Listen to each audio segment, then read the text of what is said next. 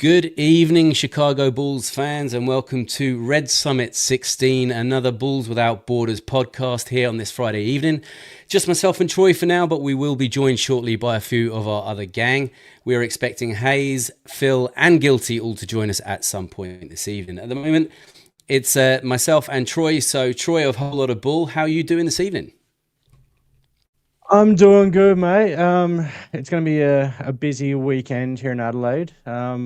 Well, for me anyway. Adelaide 36ers have game 2 of the NBA semi-finals tonight. I have a 1-0 lead on Southeast Melbourne Phoenix. So, win that game, we're straight into the grand final series. If we lose, we will game 3 back here in Adelaide and winner take all into the grand final. Awesome. And then Great. And then my footy team, my Port Adelaide team, plays their season opener tomorrow.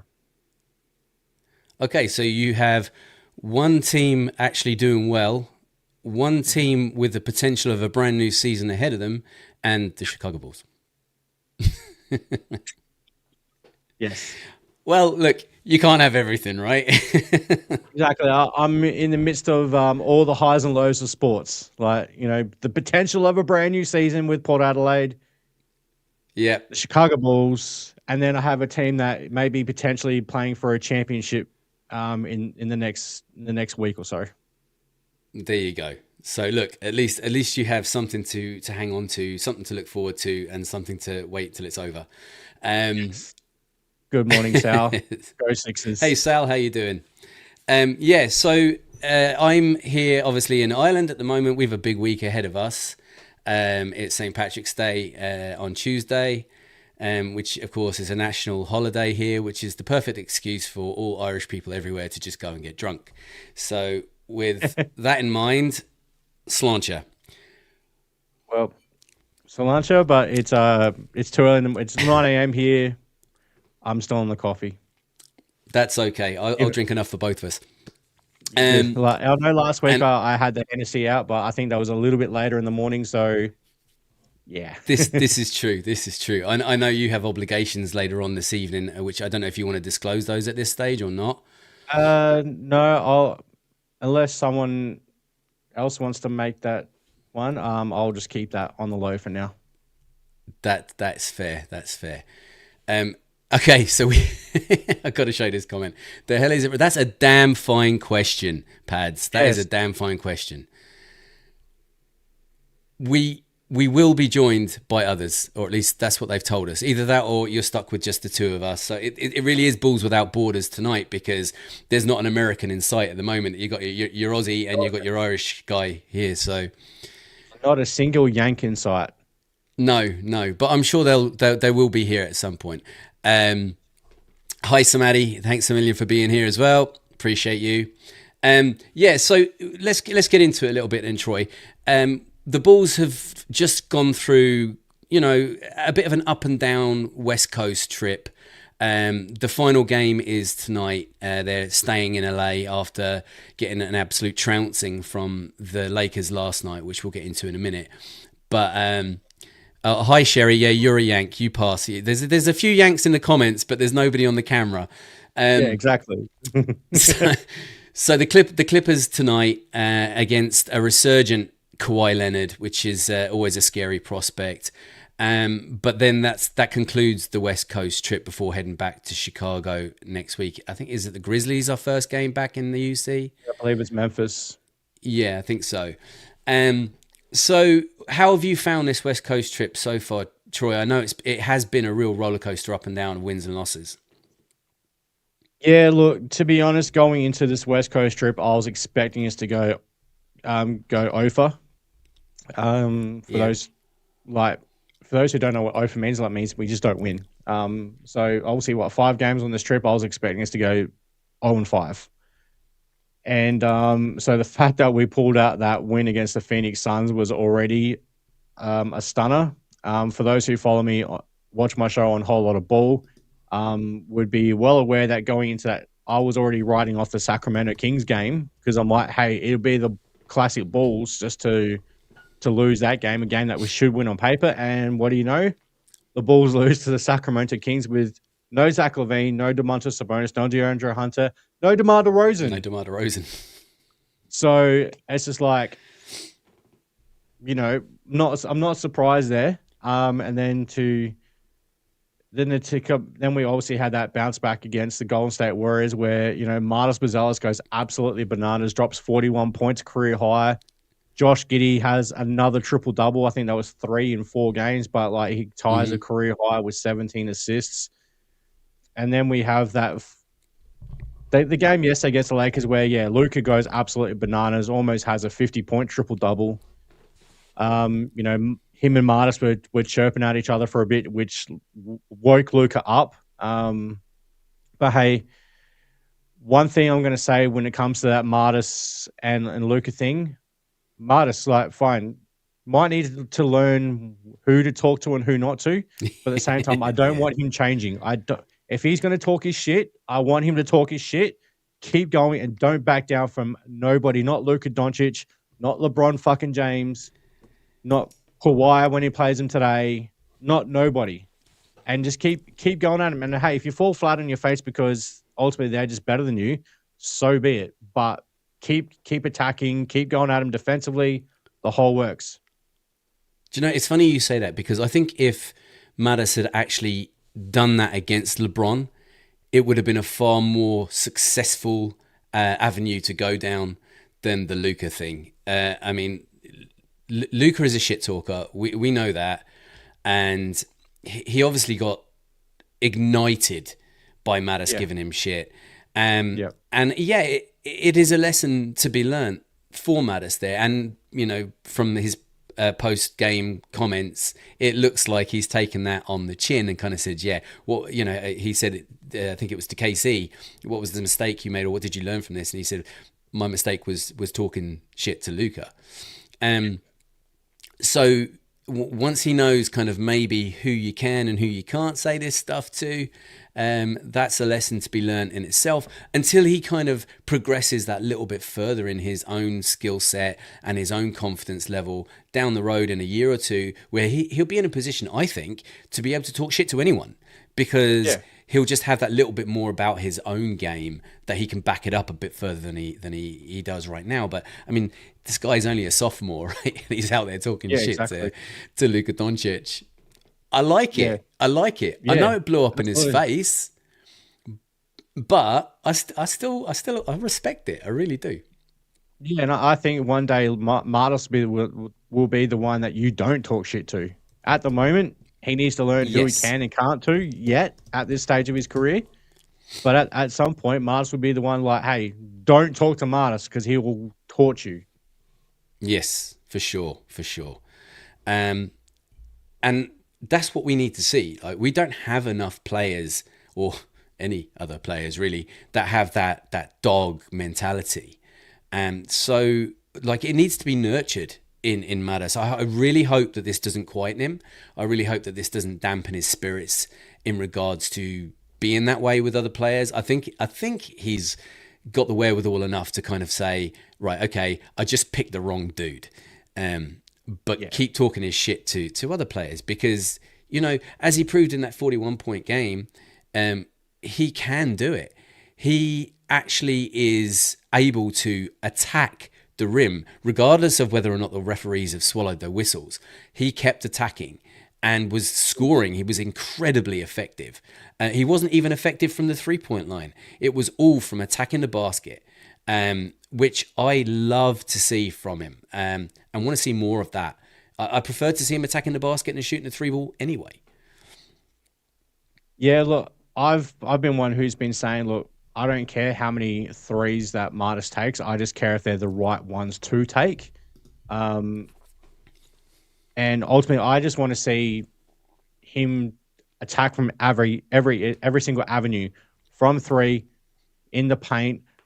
Billy, more mid-range, please.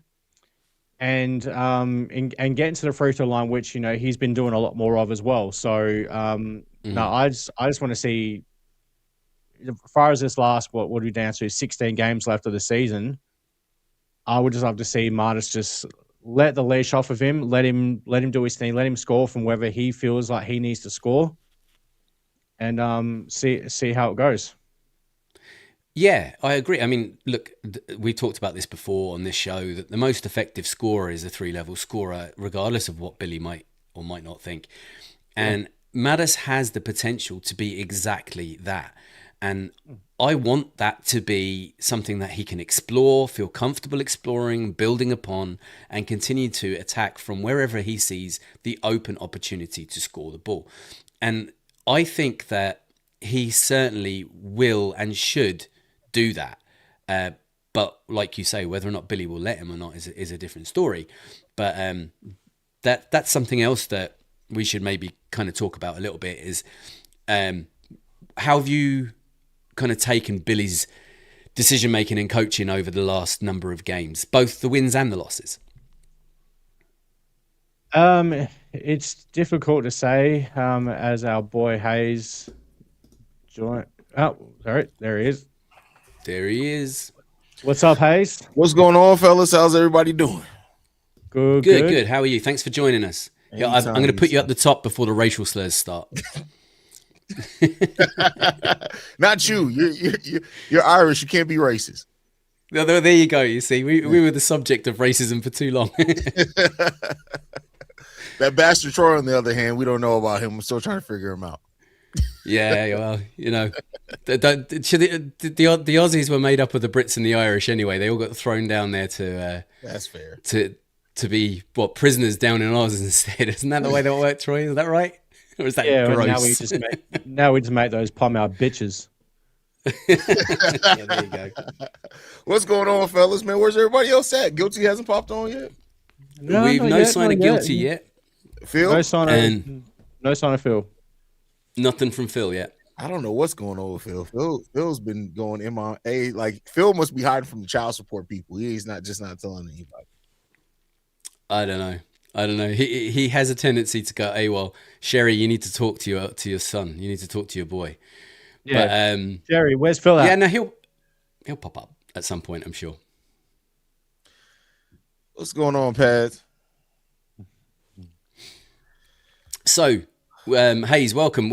All we've been talking about so far, we kind of discussed a little bit about Matas and his 41-point game, and a little bit about this roller coaster of a West Coast trip that we've been on, with the final game playing out this evening against the Clippers. That's kind of all we've talked about, but we were in the middle of it. If there's anything you want to add or anything you want to say, go for it.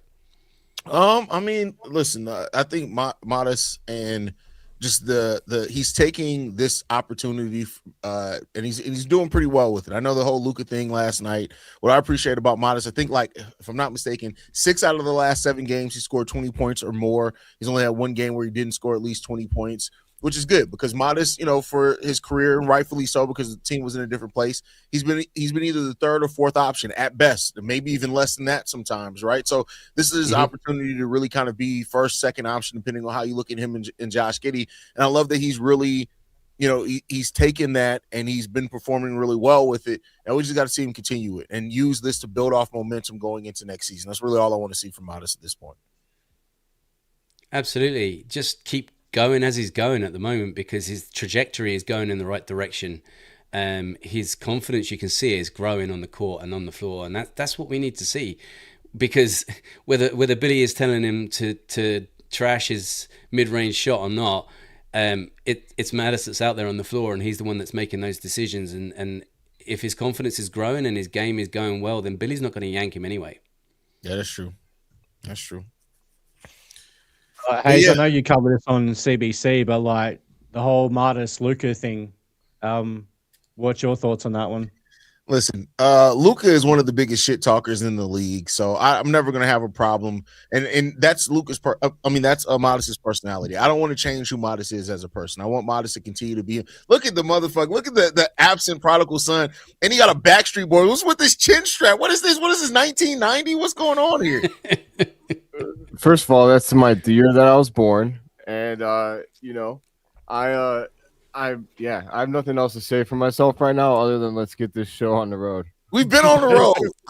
Listen, you were rocking the beard. What happened? Go back to the beard. Now this is making me uncomfortable. Whiskers. I had whiskers. You gotta get through that phase to get to the actual beard phase, though. You gotta tough it out. You can't quit. I didn't quit. I made myself prettier. That's subjective. I don't know about that.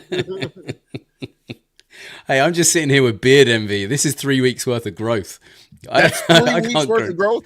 I could cut all this off and be at Troy's level in 4 days. Like that's why I don't cut it. Like it's no point. It just grows back fast as hell. Like I said, beard envy. It's almost 3 weeks, and this is all I've got to show for it. Yeah.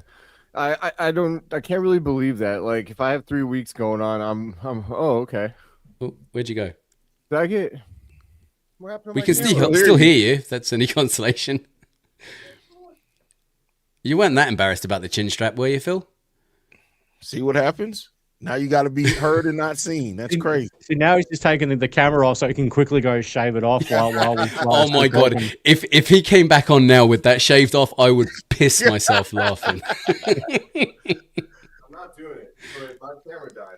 I'm replacing my battery. Your camera died. Okay. Well, we can still hear if you want to keep talking. Get you a dummy battery, bro, and just plug it into the wall. That way, it never dies. I have another battery. We have Guilty in the house. Look, see now everybody's jumping in now. What's the word, man? What's the word, man? Can y'all hear me? What is that on your head? What? First of all, Phil cut his hair off. My boy Guilty rocking what is that? A bow? What is that? It's my girl's headband. She thought I wouldn't wear it on live, man. She don't know who she playing with. Hey, listen, sometimes you just got to prove a point to the women in your life, bro. Hey, that's we a fact. match. Yeah. He said, "Oh, how long we been on?" Myself and Troy have been on for 16 minutes. Nice. I just put the link in the cord and you feel me, on Twitter. Gotcha. There we go. All good. There he is. Now, the whole team is here. I have backup batteries. So awesome. Fights. Okay. What up, y'all? Thanks, Fias. Hey, Fires, how you doing, dude? Oh, is that who that is? That's funny. Okay. I love it. What were we talking about before I crashed the party? I just got here too. You Gucci? I don't know. We were just kind of integrating Hayes into the conversation about Matas and Luka. Okay. All right. Badass. Well, Matas, yeah, that was pretty interesting, honestly. Like, I liked seeing Matas go at him, but Luka needs to shut his mouth, man. That dude doesn't stop talking. It's really, really annoying. Yeah, the part that pisses me off with Luka is that he just bitches and moans about everything, and when he doesn't get a call, and no one gets within 10 feet of him. That's a foul, ref. What are you doing? How'd you miss it? It's like, shut the fuck up. Yeah, he doesn't stop, man. He really doesn't stop. But this comment from Rob, no way Matas started the talking. It had to be Luka. No, apparently, and from what I could see, Matas was the first one to say something to Luka. Mm-hmm. I don't know if anybody has a different take on man. that. He wanted to smoke. He wanted to smoke. Yeah. He got to smoke, man. You know, it's part of his growth. Luka always does that. 100%. I mean, yeah. He is shorty, you know. Sorry. You said Luka always talk shit for? Oh yeah, Luka always talks shit. And you know what? And Luka trying to act like the thing afterward that pissed me off was Luka looking at the sheet and trying to act like he needed to be reminded who Matas is. I think people forget Matas dropped him on his ass and dunked on him. Yeah, don't try and pretend you don't know who Matas Buzelis is. Yeah, that's that shit that I don't like. Mm-hmm. I think I feel like they were still in their feelings over the Josh Giddey game. I mean, they should be. I don't know. I don't think that's ever gonna come out of their feelings. That's gonna be on their minds for a long time, and I fucking love it. Yeah. And then Let it people hurt. still trying Let to it act hurt. like that shot cost us Cooper flag. Like, seriously. Mm-hmm. Yeah, I really don't think that cost us Cooper flag. I'd love to address that because people act like one lot. Like, what about all the other wins we had that weren't nearly as exciting? Like, listen, that's the laziest narrative ever. If anybody's still on that shit that Josh Giddey in that game cost us Cooper, just tell them to shut the fuck up. Like, respectfully, no, disrespectfully, actually. Yeah. Neil, is it your birthday? It's my birthday in an hour and 13 minutes. Happy early birthday. Happy Shout out to birthday. Mama Vanderhayden. I saw early Sherry's birthday. comment. Yeah, happy early Slancha. birthday, man. Slancha. All right. Say less. Happy early birthday, man. Hell Thank yeah, you. man. What are you going to be, like 40? I fucking wish. 48, man. 48. There's no way. Yeah. I 48. had no idea. Yeah. I was trying to give him I'm a the old compliment. man of the group. That's crazy. I thought I was the oldest man, the oldest person here. That's crazy. No. Hey, Damn, you got me, I'm the old you got me by 9 years, Neil. That's crazy. There you go. Hey, It's, you it's thought just you a were old really like good here. filter. I forgot about Troy. Yeah. You guys are Yeah, old. I'm like 7 months older than you, Hayes. Yeah. So I'm the oldest by 9 years. Yeah. Fuck me. You old bastard. You had a tax return before I was born. That's crazy. All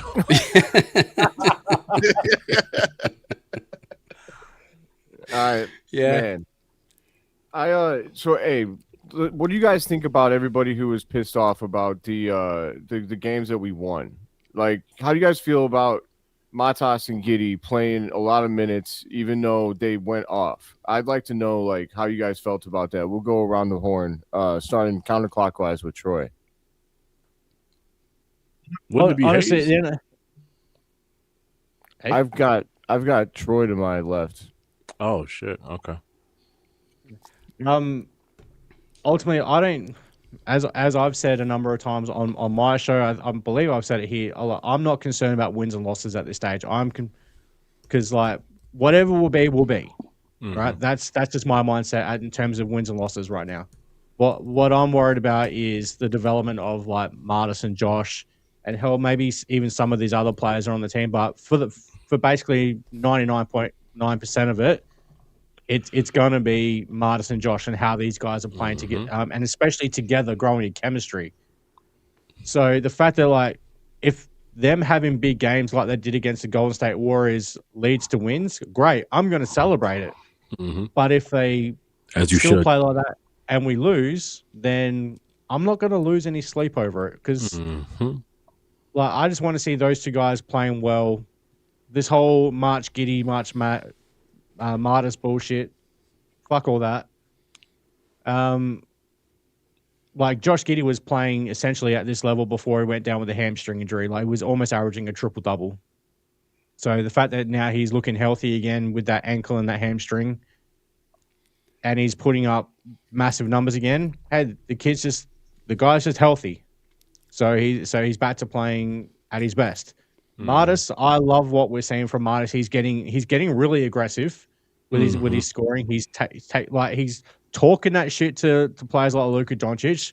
So I love to see that. Keep doing it. Maybe get a little bit selective on who you do it to, as me and Neil were discussing just a little bit before. But for the most part, just keep talking your shit. And just keep being aggressive offensively, defensively, be aggressive. Like I want to see the whole lot from these guys. But wins and losses, I'm not concerned about wins and losses. I just want to see how these two guys play. Hell yeah. Spitting.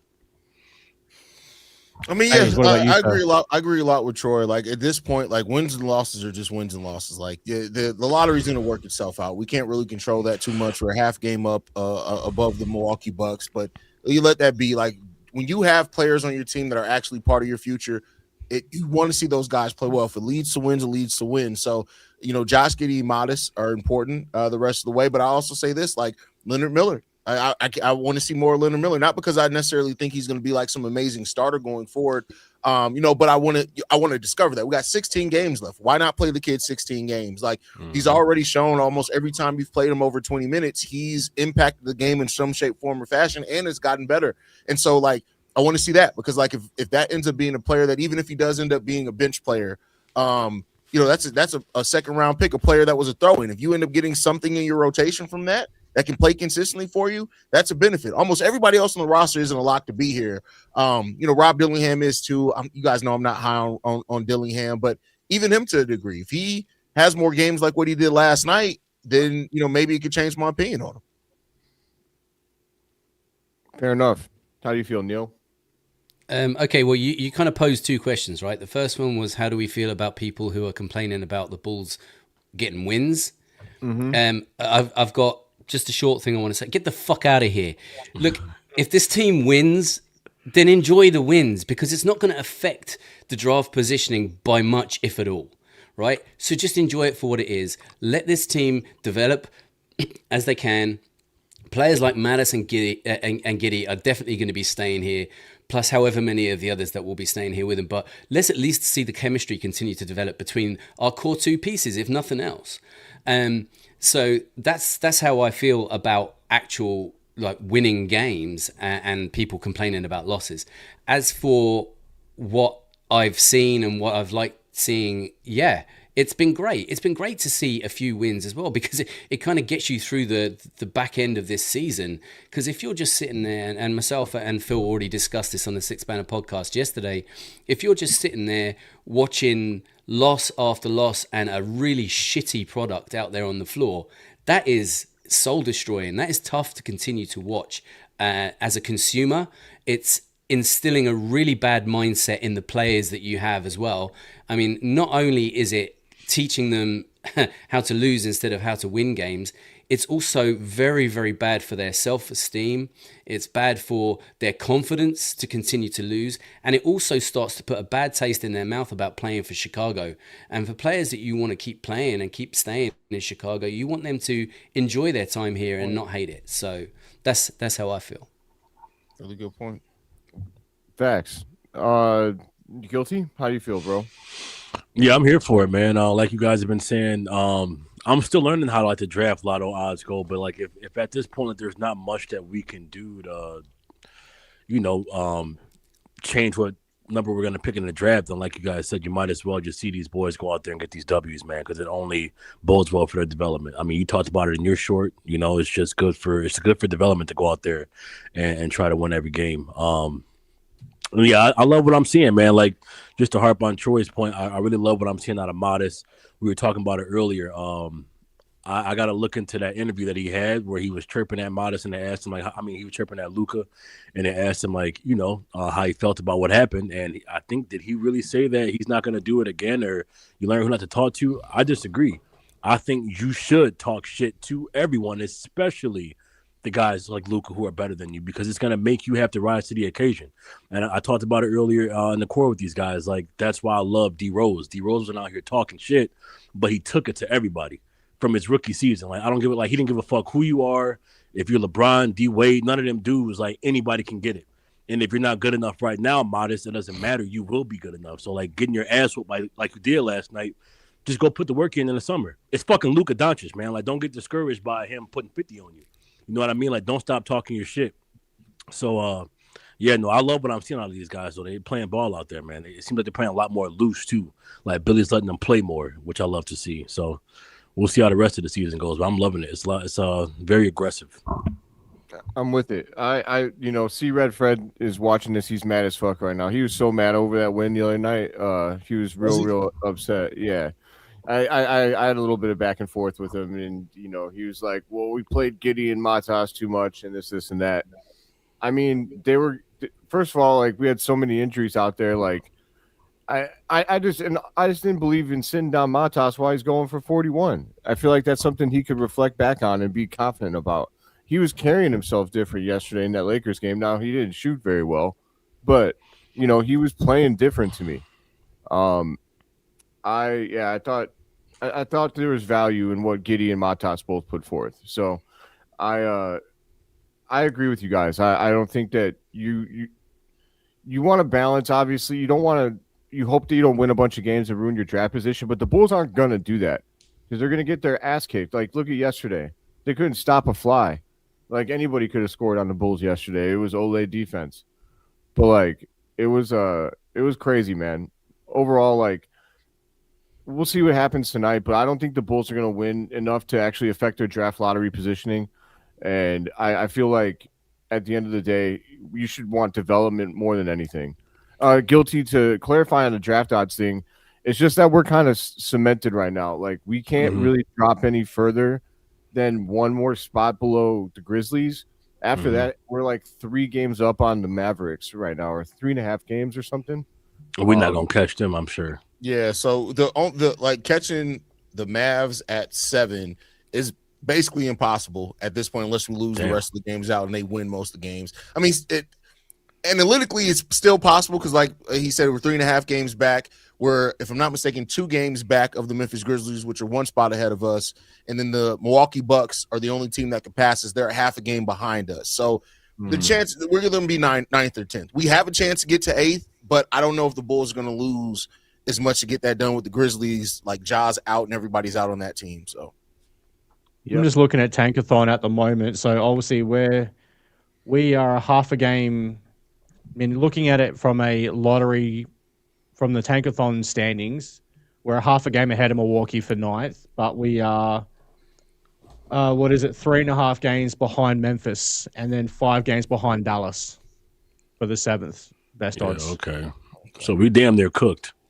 yeah, with 16 games left, but that's why I'm not at this point. It's like, I know people have the expectation lose every game, but that's not going to happen. So like, No, especially when you can't. It's not going to really get anywhere. Like we could probably go. You said 16 games left, 4-12 the rest of the way, and maybe drop 1 more spot. So it's like that's crazy. And I almost anticipate with Giannis being back, because I'm not sure if he's going to play every game, but I'd almost expect us to stay solid there at 9th.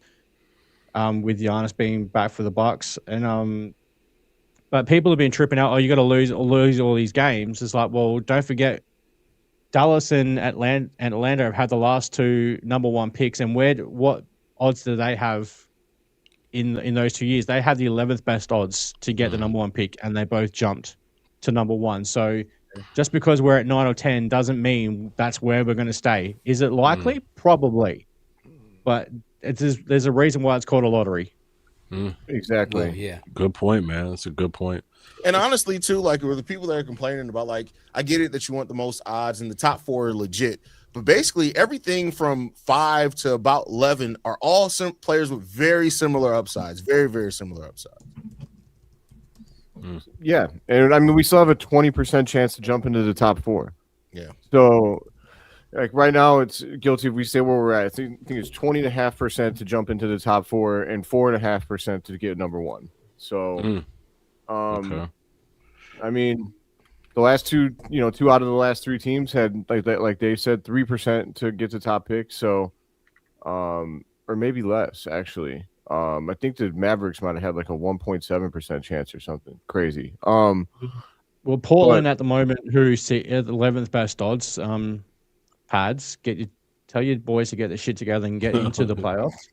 But at the moment, they've got 2%. Like they're number 11, they have 2% chance at number 1 overall. Damn.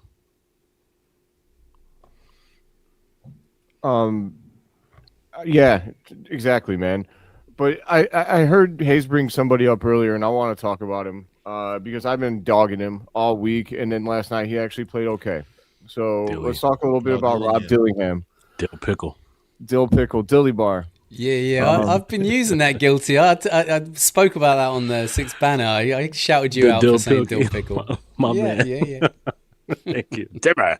Timmer.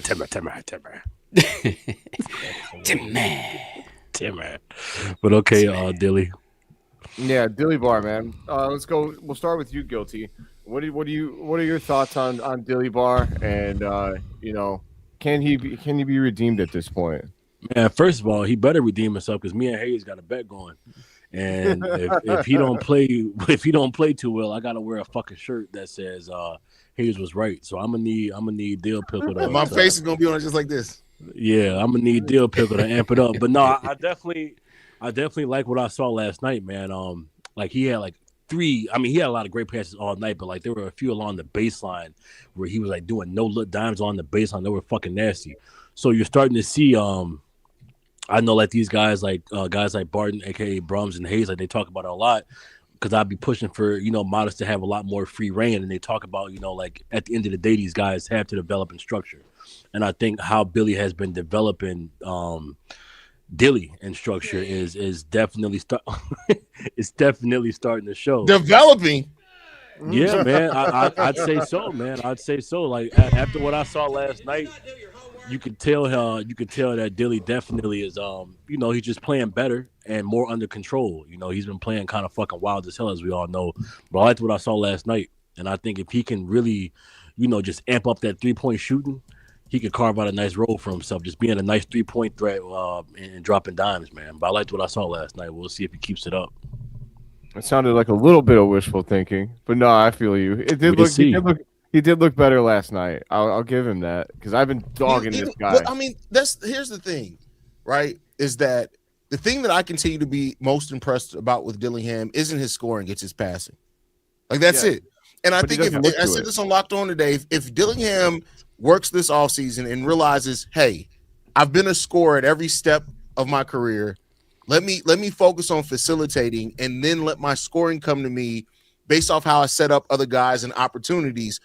I think that that's probably his best lane. And he's on the team with guys like Trey Jones. Yuki Moore is in the building. He's on the team with guys that he can literally look at and try to learn some things from to do that, to be a better passer than a scorer and let the scoring come to him. But I just these young guys aren't like that anymore. Everybody looks at scoring. Everybody wants to be the next one to put up 40, right? Like Dillingham just isn't – he's not big enough. He's not strong enough. I get it that he does have speed, but it's not functional in-game speed now in the NBA, man, because he can't create space. He can't create space to save his life. So all the speed in the world doesn't matter if you can't create space with it. So Dillingham has a real uphill battle for himself, and if he locks in, he has skills that I think it just isn't going to be what he was originally drafted for. That's at least my view on it. Fair enough, man. Neil, what do you got on it? Well, I have been quite unimpressed by Dill Pickle, Dilly Bar, Dildo, whatever the fuck you want to call it. Dildo, crazy. Wow. Fuck. Dildo Baggins because he's so short. Oh, yeah, there you go. There you go. We got it. We got it. If he gets better, we'll upgrade him to Dildo Swaggins. But that's the best. Yeah, but at the there's moment, no swag. No. You gotta play good to get swag. There's no Dildo fucking Baggins. Oh. But I have to give him credit for last night. The guy played in his own bag a little bit better. He managed to pull off a couple of really neat passes. One was practically from the logo bounce pass through, and the other one was no look bounce pass in through to split the defense. Credit to him for that, because I haven't really seen that from him up until last night. But like myself and Troy were talking about this before you guys jumped in, and myself and Phil have already talked about this on the Six Banner podcast. If you haven't checked us out, check us out. And that's that he plays at 100 miles an hour, right? The dude is fast. But the game moves at 110 for him. And that's why he finds himself in trouble. He runs himself into difficulty more often than not. And he just needs to learn how to control his speed where it is a benefit to him, because at the moment it's not a positive, it's a negative. But last night he played well. Credit to him. He played well last night. Troy, you got anything else on the dildo topic? Baggins. I'm never gonna get over that. That's fuck. gold. No, slam dunk there, Neil. Thank you. He put the alley oop and stuffed it home. Yeah. But no, Rob. I think it's easy to say that was probably his best game in a Chicago Bulls uniform. But it's what else we're going to see from him, because what we've seen from him so far has just been, at least in my opinion, just absolute garbage. He's had some flashes, but overall it's just been pure nothing. But yeah, like last night was a really nice game for Rob. I was actually genuinely impressed for once, rather than just like shaking my head. I think there was one pass I do remember. Maybe the ball slipped as he was trying to make it or something, but he tried making his pass and then it just got absolutely swatted. And I'm like, what the fuck were you thinking? Like, what was going through your head in that one? But nah, at the moment, until he shows, not necessarily to that level as what he did yesterday, but if he starts showing a bit more consistency behind what he showed yesterday, until then, I'm still well and truly out on this dude. What are you using sound effects, Neil? Did I do that? I just added something. Share it. I added a picture. Share it. I can't share it because I'm not logged. I came in with the link. I can Oh see it. fuck! Oh god! Oh fuck! Someone stop clicking it. I didn't click shit. There we go. Fuck. Rob Dillingham With the quick Dildo Baggins. Dildo fucking Baggins. Dildo fucking Baggins. Man, I hope he gets wind of this. Like, if you hit niggas out here calling you Dildo Baggins, man, you got to make improvements ASAP. Son of a bitch. Oh, brilliant. Look at this, man. Oh, fuck. I can't What have believe I I created? know I'm remiss. I apologize. I need him to step his shit up because if I got to wear that shirt, I'm going to put that on the shirt too now. Got to be on the back. Don't That's gonna be on the put back that- of the shirt. The Dildo Baggins on the back of the shirt. There you go. That nigga wearing a That'd be a Dildo Baggins shirt. That'd be a I think we collector's finally item. found the culprit from the WNBA. Oh, fuck, yeah. The one that was throwing the Oh, green the dildos onto the court. That's crazy. Oh, fuck.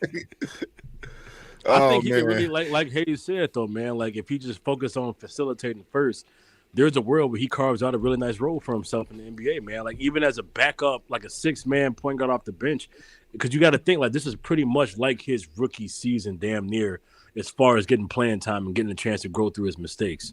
So I think as he starts to add more muscle to his frame, just weight and experience, I think like Dilly will be a good player, man. He has the vision for sure. Here's the thing. Here's the thing. I Guilty, you're such an optimistic. You think every player is going to turn into a good player. No, Listen. no, I don't. Not every player. I like Dilly in college though. That's why I like. No, him in college. he was a monster in college. I mean, I hope. I'm so. surprised that he playing like this, man. Like when I remember watching him in college, I'm like, God damn, like the league is getting crazy when shorties like this coming into the league, and like to see what he's become here is crazy. You know, it just go to show you like that jump up to the league, man. It'll do something to you. You like a baby out there. It's a big Yeah, he step, does. man. He really A lot looks of like people don't appreciate it. Was allowed on the basketball court. Mhm. That's what he looks like. Who nephew is that? Like for real, he do. I used to have This a shit joke. caught me off guard, man. That Troy will remember this. He used to have a joke that Billy Donovan didn't know who Marko Simonovic is. He just used to look at him and be like, "Who's a really tall ball boy out there?" You don't remember he used to make that joke? That's now Rob Dillingham. Yep. Billy Donovan looks at him and is like, the ball boy, he's really a cute kid. Whose kid is that? That's a grown ass man. Crazy. That was an all-time classic. Hayes, who's that? Who is that guy? He's tall. Don't worry about him. Don't worry about it. It's just Marco. So let's throw it back to Leonard Miller. Am I frozen? No, Am I frozen? Okay, for once, cool. I don't think so. I was trying to add something. All right, cool. I was hoping I wasn't frozen. But anyways, let's talk about Leonard Miller a little bit. I know we've kind of alluded to him, but or at least I want to talk about him. If you guys have something to add, you can add it. But Oh I fuck! thought, What the fuck? oh Jesus Christ. Oh fuck! Who created that? Who did that? Gotta be feeling cheesing real hard, man. Okay, Oh, I'm sorry, I fuck. went quiet for a minute because I was searching for that. I've seen it before. That was real. Last year's WNBA fantasy league that I'm in, I won it, right? So what we always do when we win the fantasy league is we send some pictures in of us posing like other basketball stars have done when they've won stuff and that. And it was right around the time, that the dildos were being thrown on the court. So I thought I'd make a funny one of me ducking underneath the dildo. So I just had to find it to throw it up there for you. Oh, free Dilly, Hilarious. free My Dilly. God, man. The dildo episode. I'm gonna rename this shit. Oh Every my year, God. man. Bull jersey on and everything. And we should have known it was an omen that Dildo Baggins was coming. Oh my God. He was on that shit because it's his birthday tomorrow, like in an hour or something. So he's on that shit. Is I this, love Yeah, it. I'm a quarter of the way through a bottle of Jack Daniels too. So Oh, I'm hell part of yeah, it. man. Anyway, Hell yeah. you Sipping guys, good. his good friend Strap on Gamgee. Strap on. Whoa, whoa, God damn it. whoa. this Sam- is Samwise. spiraling fast. Sorry, yeah, it's my bad. I'll rescue us from the chaos real quick. So, Leonard Miller. This is why you all love balls without borders. Yeah, Facts. this is Yeah, what you're they gonna tune get in something for, the different. chaos. Fire said he glad he Rules wasn't without on the boundaries dildo. apparently as well because we don't give no fucks. Pulls out boundaries. I love that. God Yeah. damn it. Maybe we should rename it. We'll think about it. No I guess boundaries. when no we go If I after- borders. have to remake a logo again, I'm gonna lose my fucking shit. No, you're off logo duty. Hey, it's okay. You see what Fire said? Jesus Christ. I don't have a dildo, but I can buy one. I don't think Yeah. so. Don't be that Okay. committed. You don't have to be that committed, Phil. I swear to God, you don't have to be that committed, bro. Phil, if you buy one, you have to buy one from an actual store. No ordering it online, and you have to film yourself walking into the store and asking for a dildo. Yeah, you gotta do. You gotta do a blog content. style. We need to see it all. For the Oh, content. fuck. I'll on do the a Full Bulls video, Without you Borders walking page. into the store, picking up the dildo, taking it to the counter, and paying for that motherfucker. I do it for the content. I would. Especially with that chin strap too. Oh man, it's over for you, bro. What's wrong with my chin strap, man? They're You know definitely what, gonna hit on you. My girl likes it, so it's Oh, okay. man. That's all that matters. All jokes aside, that's all that matters. I mean, I'm wearing It fucking is. bunny ears here, Phil, so I think you all good, gang. I'm just kidding. How We is talking it? about dildos. I got on fucking wristlets and a bunny headband. I'm loving this episode. Yeah, man. But all right. Leonard Miller. I think that this dude is actually going to be a part of the rebuild moving forward. I don't think that he's going to be like a star or nothing, but this dude's got like key rotational piece written all over him to me. Mhm. His 7'2" wingspan shows its ass over and over and over throughout a game. He's able to get his shots off around the rim no matter what kind of like defense is on him because of his length, and he's able to. I think his offensive rebounding prowess is literally because of his length. I love what I see when he's out on the floor, man. And I had a vision. Oh, vision Here we go. that positionless Marinara positionless sauce? basketball. No marinara sauce. Did it involve flour? Okay. It did not. It was positionless basketball at its finest next year. If we were to get AJ DeBanto, what about a lineup that had Matas at the 2, Noah Essegay at the 3, Leonard Miller at the 4, back up. My positionless basketball dream was if Noah Essegay were to grow an inch or two, he was going to be our small ball center. And then AJ was He's probably like 6'11" now. Mm-hmm. I'd say he at has. Yeah. AJ's Shorty at the big as 3. hell. And Leonard Miller's at the 4. So like Buzelis, AJ, Miller, Noah Essengay, and then Giddey at the 1. It'd be like the tallest starting 5 in the whole NBA.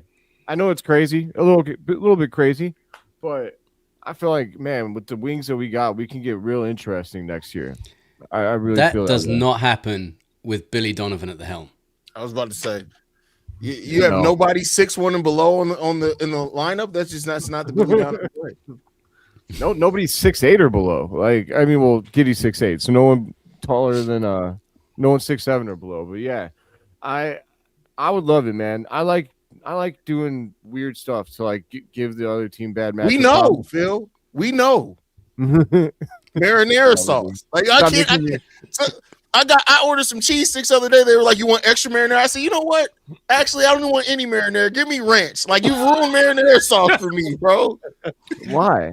You should love it. It's delicious.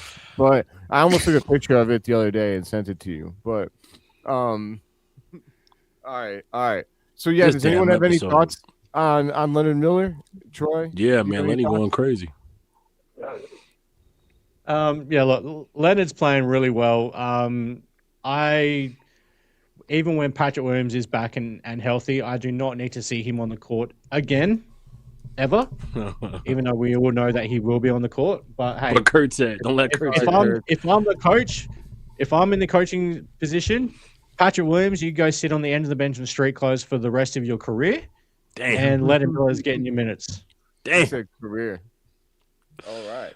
But he shaved his hair. He's better now. That got put That to last bed real goal, fast the other night against. Didn't it just? Yeah, I can't remember what team that was Oh. right now. Golden State. He played bad. Saying Patrick Williams got better is like, hey, I got syphilis instead of AIDS. That's what that is. I'm good on that. Oh, Jesus. Hey, just because I lowered the bar, it doesn't mean you need to go lower again, okay? You know, once you give me the lane, I'm going to take it. Someone's going to have to go get James Cameron and so he can go searching for the bar and pull it back up. Man, holy fuck, man. Absolutely insane. Lenny Miller he's impressed me, to be honest with you. Like, I mean, this guy has come pretty much out of nowhere for me anyway. I don't know about you guys, but he came pretty much out of nowhere for me, and I did not expect him to be putting in solid minutes when he's on the floor like he has been. He's looked effective on both ends of the floor too, which is the best part of it. And it looks like this guy here, he just needed a change of scenery and a chance, and he's been given both those things in Chicago, and he's grabbed them. And I hope this isn't just a flash in the pan. I hope we see more of this, and he continues to build on this for the remainder of the season, because I've been enjoying it. It's Miller time, baby. Yeah, bring it on. It's Miller time. I don't know, man. I feel like it's not going to be a flash in the pan. Like, he's been consistent, especially defensively. If he hasn't been going off on offense, he's at least giving you great defense and great rebounding every time he's played. He led our team in rebounding yesterday. I'm looking squarely at you, Jalen Smith, and Nick Richards. They had 4 rebounds apiece yesterday. Dillingham out-rebounded them.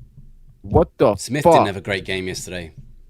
He didn't have a great game 2 games in a row. He looked like dog shit. He had 2 rebounds yesterday. 2. He collected some garbage time points at the end when it was already over, and it looked better than it was. In his defense, though, and he didn't play any. I'm coming to his defense. He is just back off an injury, so I'll give him the grace of a couple of games to bed back in, but he needs to bed back in quick. Yeah, he fucking broke our parlay. I had a crazy 12-legger, and I had 12 legs is crazy. We hit 10 of them, Ooh. and he fucking blew us on the other. Yeah, one. man. It always go like that with them big ass lead parlays, but I hear you. The thrill is unmatched. It was a good parlay. I actually had like 150 people follow it on DraftKings. Like, oh, I made it public. Is that the one that he put in the cord last night? I think he put something from on the court. And I told them people were going to try to tail it. I was excited because I always make my bets public, but none of them actually catch fire. But yesterday, people liked that one. I was like, "This is the one you guys like? The one that's $1 for $576?" It's crazy, but it almost fucking hit. Damn it. Yeah. Anyways, but man, I don't want to skip anybody. Hayes, you got any further thoughts on Leonard Miller? No, I mean, I still had to say about him. I love the kid. I like the way he's been playing for us for sure. And I think he's shown that he deserves an opportunity. There should not be any games the rest of the season where Patrick Williams plays and Leonard Miller gets a DNP. I don't want to see that shit at all. Mm-hmm. That bullshit against the Kings, was it, or the Warriors? Whatever game he got sat down, fucking why? Like Patrick Williams came back and we got Pat now. We don't have to play Leonard anymore. Look, what are we doing here? We know what Patrick Williams is. Let's not keep pretending that he's going to start breaking out. And like, he's had so much playing time to show that he could be more consistent and be more of a threat offensively. And he continues to be who he is. Leonard Miller has been more consistent in the last 10 games than any 10-game stretch of Patrick Williams' career here. Like, I firmly believe that. Like, I don't know, man. I think has Patrick Williams ever had a double-double? Yeah, Patrick Williams had a double-double. Has he? Okay. He got a double-double of zeros. Damn. He's been all right. He does that a lot too. He's been all right, but yeah, he does. Yeah, he pulls the Tony Snell way too often, man. So that's what I call when someone's out there just getting their endurance up, just running around doing nothing. But overall, I don't know, man. We'll see what happens, but I just want to make sure, like you said, Hayes, there should be no more games this year where he doesn't get any time. That would be literal malpractice on Billy Donovan's part. Guilty, do you have anything on Leonard Miller before we move on? I love that he's fucking 6'10". Like, how long have we been asking to get, just some talent with size too? Like, he's big out there, dude. And like when he's going for those balls, he's a big body out there, man. And no, I just like what he brings. Like he brings like a lot of hustle. Like there's plays last night. It doesn't always look pretty with him, but he's in there giving that effort, like getting chances off second chance points. Like getting his own rebound, and like the shit may look ugly, but I just love that he's getting after it because you can refine ugly. You know what I mean? He's gonna keep growing in the offseason. He's got a nice motor. So I like what I'm seeing from him a lot, dude. And if the shooting gets better too, you might have a really nice fucking role player on your hands. Yeah. Sure. I mean, go ahead. He's out there. Yeah, that's a good. Yeah, exactly, Troy. Facts. Yeah. You feel Leonard Miller. Pause. You feel him. No Diddy, but you feel Miller out there. That's crazy. I know. He hit pause. He hit the pause button. Yeah. But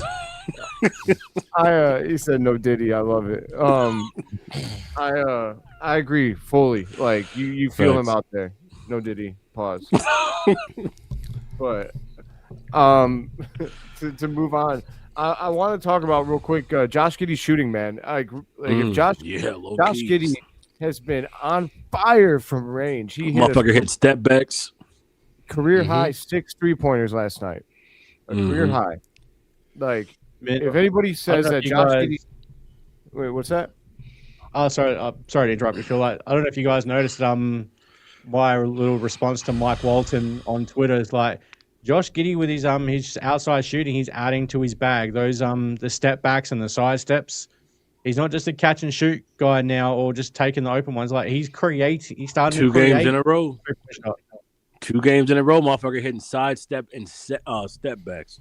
Step backs are crazy. I mean, even him pulling up for that midi against the Warriors.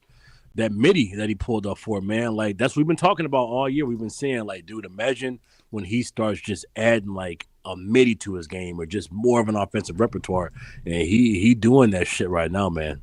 It's scary hours. You can tell that he's putting stuff in his bag, man. He's got it, and it's that's scary for the rest of the league, man, because the dude's already one of the best playmakers in the league. I mean, the guy had double-digit assists back-to-back games at halftime. I mean, give me a break, dude. Like, he's probably going to drop 20 assists in a Bulls uniform. Is that Luke with an actual Luke looks like fucking Spider-Man. I didn't know Luke looked like Tom Holland Jr. That's crazy. I love it. Say it looks like Spider-Man. Fuck, he does. He looks like Tom Holland, the blonde Tom Holland. Hey, Peter Parker. There are worse things to be compared to than Peter Parker. Exactly. That's not a diss. I'm just saying. Yeah. No, it's just good to see Kurtz with a picture. That's why I'm laughing, man. Like, how long he smiled like he had just got some coochie before he took that picture. Either that or somebody looks like he was at the Bulls arena, so maybe somebody told him when they got home he was gonna get some coochie. Maybe that's what happened. I love it, man. I love it. Oh man. Damn. So, but yeah, fact what you said too, Phil, with those double-doubles by halftime. I think it was Hayes that said it earlier to somebody. I think he was talking to Cody in the chat, and he was just saying, like, taking into consideration who Giddey is passing to. Like, that's what makes his numbers more impressive right now. He's passing to motherfuckers who can't even catch his passes and still post season highs. Yeah, Nick Richards. Like, that motherfucker got bricks for hands. He's doing very well considering his surrounding cast right now. Hell yeah. Like, he's for sure going to end up with 20 points 20 assists in a Bulls uniform. I could feel it. Oh, easily. Once we get some talent on the team that he can actually pass to, come on, man. He's going to be like a 15 people who can actually 20 finish kind of dude. Yeah. People who can actually catch and finish the assists that he throws them, for sure. Yeah. It's like, incredible. You know how many potential assists he missed out on just because people can't finish the open shots or even shoot it. They don't even shoot the motherfucking ball. Because they can't. They'll just fucking put the ball on the floor and like dribble and turn it over or some shit. Like, what happens when you get a bunch of shooters, man? The amount of times that kickouts alone. Yeah, the amount of times that we miss wide open threes. That's what I was gonna say. Like, we miss wide open threes so much, it pisses me off. All I watch when we play another team is them smack wide open shots repeatedly, and we get a wide open shot, brick. I'm just like, dude, we could build a house with this shit. It's driving me crazy. But I love what Josh Giddey's doing, man. Hayes, you got any thoughts on Giddey? I mean, Josh Giddey's been playing good. I think I said it at the beginning of the show. I love the way Josh Giddey's been playing now that he's back healthy. We're March or whatever month, like Josh Giddey healthy plays really good. And he's taking a step this season. He's taking a step as a 3-point shooter where teams have to guard him from 3-point. That's been a huge thing for him that he's needed to add. And he's also what Josh Giddey's done also this season, and people don't talk about it enough, but Josh Giddey has taken steps defensively. I think as an on-ball defender, especially when guards try to penetrate, that's been something he's been really good. Still pick and roll defense is still his weak spot. That's always going to be his weak spot. I think it's just an IQ thing, but Giddey's made a lot of steps. And something I always say about players is that whatever your knocks were coming into the league, whatever your shortcomings were, how many of those that you can turn into positives for yourself, that's what determines you hitting your ceiling. And Josh Giddey couldn't shoot. He is now a legitimately good 3-point shooter. Now, he's not going to be Steph out there, but you can't leave him open anymore. That opens up the game for him. That opens up him being able to create for others. That opens up him being able to put the ball on the floor and put his shoulders down and get to the lane, all those type of things. So Josh Giddey continues to just refine his game, and I think that's where we are with Giddey. Like, I don't know how much more he can add that's not in his game already, but if he continues to refine the things that he's improved on, he's going to be an all-star here sooner rather than later. Yeah, man. Yeah, I think he was playing at an all-star level this season. He's on a bad team. Once that changes a little bit, like the accolades will rack up. I think as far as pure point guards go, there's not many in the game better than Josh Giddey. I mean, how many point guards are dropping 15 assists out here in today's NBA? It's really not that many. Yeah. We're improving. If we consistently improve the team like we need to, Josh Giddey will lead league in assists a few times. I have no. Yep, he's about to finish the Bulls this season as the second greatest Bulls playmaking season of all time. Right now, his average assists per game will land him second, only to a guy in the 60s named Guy Rogers. Like, had one season where he had. You don't know who Guy Rogers is, Phil? I don't know who Guy Rogers is. These young motherfuckers, young bastards. See, when you're an old man like me. Grandpa. Guy Rogers. Am I the only one who doesn't know him on this podcast? I know of him. I never watched his game, but I know of Guy Rogers. Yeah, I know the name, but that's all. Yeah, I knew. There's not a heap of footage out there, but yeah. Oh, no, there's no footage. If you read Bulls history books, you'll hear all about Guy Rogers. Yeah. Okay. Yeah, I can't admit to. I guess I'll sacrifice that one, but anyways, do you know who Johnny Red Kerr is? Yeah, Johnny Kerr. I've heard the name. I know who. I don't really. Head coach of the Chicago Bulls and a color commentator. Yeah, I knew that he was a commentator. Fair enough. Yeah, that was what I know him from. That was second generation Johnny Red. His basketball game, though, no, I guess not. I'm sorry. They said get off their lawns. Get off my court! Shaking the walking stick at the PCD's young whippersnappers. Damn, my bad, P. So, yeah, as a kid, like, I was obsessed when it comes to the histories of things, for whatever reason, I was more attracted to WWE. Like, I could tell you. You were attracted to sweaty men wrestling? Bruno Sammartino. That's what you said! I'm just going off what you said! I was a kid, man. That's what a marinara sauce. So as a kid, you were attracted to sweaty men battling. You like WWE? He used to rub his hands with flour while he watched that shit. This motherfucker watches WWE, so he's got no right. Hayes has no right. I didn't say I was attracted to it though. Yeah, I used to love WWE. I wasn't attracted to it. Hey, Fire said, "Yo, chill," because look, Fire was watching it with him. Clapping that attention wise, LeBron throwing that shit up in the air while they. I got my starting podcast and talking about wrestling, but I've never said I've been attracted to wrestling. I just not what I've said before.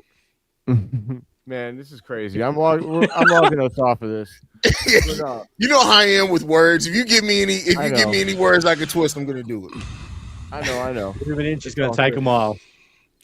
Oh, pause. We do have a question here from Pius that I think we could talk about real quick before we sign off. Okay. If we have an interesting question. If you had to choose one, Fire AK or Fire Billy, this is actually a great question. I'm going to start and then I'll pass it to Guilty. That is a good question. My answer is Fire Billy. I think that AK has shown that this second rebuild is going in the right direction, in my opinion. I don't think what Billy's doing with this is going in the right direction. So I think that AK can still salvage himself, but I don't think Billy's coaching style is lending itself well to the Bulls moving forward, and so I picked Billy. Guilty, go ahead, brother. That's a hard one, man, because like I feel like I gotta see what AK does this summer now that we've started a new direction before I truly assess him.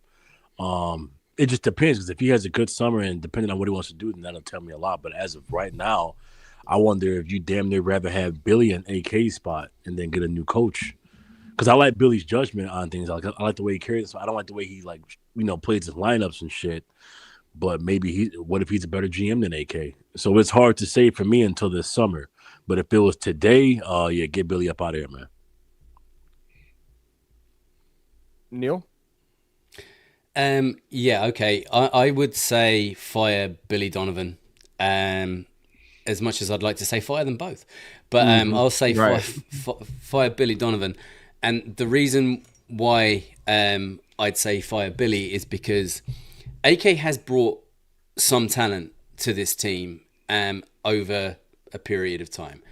Okay, he's more misses than hits, but everything that he has brought for Billy to play with, Billy has not managed to convert anything into an above 500 team other than one time.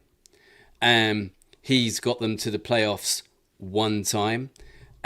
So maybe another coach or a different coach may have managed to squeeze a little bit more out of what he was provided with by AK. We won't know. That's hypothetical, but I'd like to see someone else try. Plus, I don't think AK is going anywhere anytime soon anyway, not with the Reinsdorfs in charge. Hayes? I'll say a cheat code. Fire AK because there's not a single new GM who will come in and keep Billy Donovan. 2 birds, 1 stone. Boo, 2 birds, 1 stone. Not a single new GM will come in here and be like, yeah, Billy, 5 years of a losing record? Yeah, go ahead and stay. No, but if I had to answer the question, I'd say fire Billy, much like Neil. I do think that AK has shown, I think people forget, we were in basically where we are right now, and AK turned that around and turned that into playoff team in 1 year, right? Good point. And he pivoted terribly after Lonzo's injury, but he did build something that would have been a nice platform to jump off of had Lonzo never went down. So I think if you give AK direction, I want to see what he does with another chance at it, but I'm done with Billy Donovan as a head coach. I'm done with it. Bring Chris Quinn in here for me. I'd fire Billy Donovan immediately. You see fires, Phil? I'm going to go along with what Hayes said initially. Yeah, fire AK because a new GM will come in or new EVP will come in and fire Billy Donovan straight off the bat. But on the assumption that the question is based on one of them is actually staying here, then it's fire Billy Donovan. That's a clean sweep for fire Billy's ass. Well, take Billy and Dilly, huh? Yeah, and that bubble gum. Take all that shit. Billy and the dildo. Bildo Baggins and Dildo Baggins. Man, I need Dillingham to hear this podcast because I gotta wear that shirt if he don't fucking hit. Man, it's time to play ball, gang. Hey, listen, if I'm the motivator, if Rob Dillingham goes out in court, be like, fuck Hayes, I'm going to go put up 50. Listen, that's what I needed to do to get him to wake up. That's cool. I'm all right. I don't want him to go out and score 50 because, for the love of God, you were on point earlier, Hayes. He needs to just distribute. He's fine at doing that. He's throwing the lobs. Yeah. But he chooses to try to be Allen Iverson way too much, and he ain't. You know the trauma that I have with saying that, you bastard. You know the argument I got into when somebody said that Rob Dillingham was an AI. What was it? An AI build or something like that? I'm like, you fucktard ass motherfucker. Oh, now let's end the show because now I'm pissed off. I hate people. AI is crazy. Come watch the Adelaide 36ers and Bryce Cotton. He's the Allen Iverson of the NBL. I just pissed off Hayes as we're gonna get off here. But all right, everybody. I really appreciate everybody that joined us. I did see something about a 7'9" monster. I'm gonna have to look that guy up because I didn't hear about him. From Pete Paul, Oliver Ruger, or whatever. Yeah, I'm gonna look him up. I didn't know there was someone 7'9" playing. But isn't he only playing garbage minutes? I mean, yeah, I don't know. I don't know anything about it. I'll have to look him up. But 7'9" is just a marvel to look at, if nothing else. But all right, everybody. Appreciate you guys joining us. Give us 5 more minutes of Hayes going off. Nope, I'm about to go. Never mind.